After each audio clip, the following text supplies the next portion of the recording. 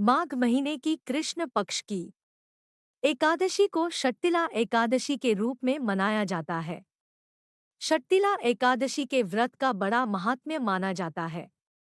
इस साल शट्टिला एकादशी 6 फरवरी 2024 मंगलवार को मनाई जाएगी। शट्टिला एकादशी की व्रत कथा।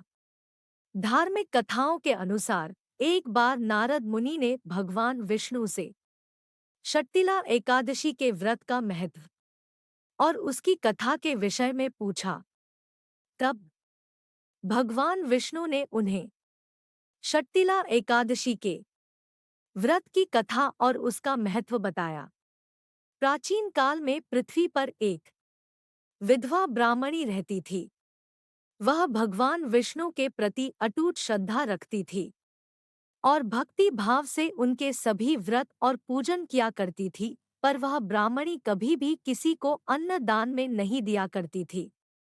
कुछ समय के बाद उस ब्राह्मणी की मृत्यु हो गई और वो बैकुंठ धाम पहुंची।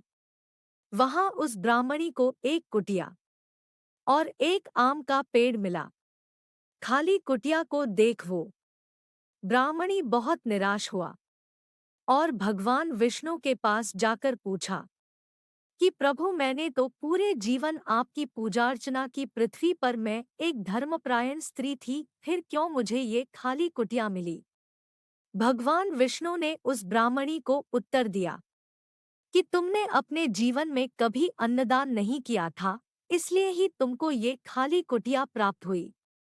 तब उस ब्राह्मणी को अपनी गलती का एहसास हुआ और उसने इसका उपाय पूछा।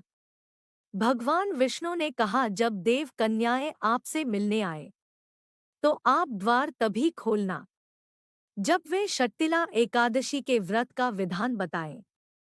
उस ब्राह्मण स्त्री ने वैसा ही किया और शट्टिला एकादशी का व्रत रखा। इस व्रत के प्रभाव से उस ब्राह्मण स्त्री की कुटिया अन्न और धन से भर गई।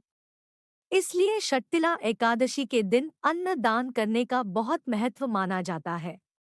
शट्टिला एकादशी का महत्व। शट्टिला एकादशी का व्रत भगवान विष्णु को समर्पित होता है। धार्मिक मान्यताओं के अनुसार शट्टिला एकादशी के दिन भगवान विष्णु की श्रद्धा पूर्वक पूजा करने से सभी कष्टों से छुटकारा मिलता है और जीवन में सुख, शांति और वैभव बना रहता है।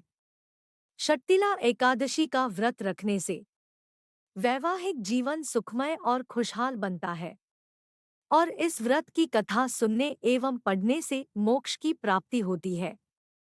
कथासार, इस व्रत से जहां हमें शारीरिक शुद्धि और आयोग्यता प्राप्त होती है, वहीं अन्न, तिल आदि दान करने से धन धान्य में वृद्धि होती है। इससे यह भी ज्ञात होता है कि प्राणी जो जो और जैसा दान करता है, शरीर त्यागने के बाद उसे वैसा ही फल प्राप्त होता है। अंत धार्मिक कृत्यों के साथ साथ हमें दान आदि अवश्य करना चाहिए। शास्त्रों में वर्णन है कि बिना दानादि के कोई भी धार्मिक कार्य संपन्न नहीं माना जाता। जय श्री कृष्णा।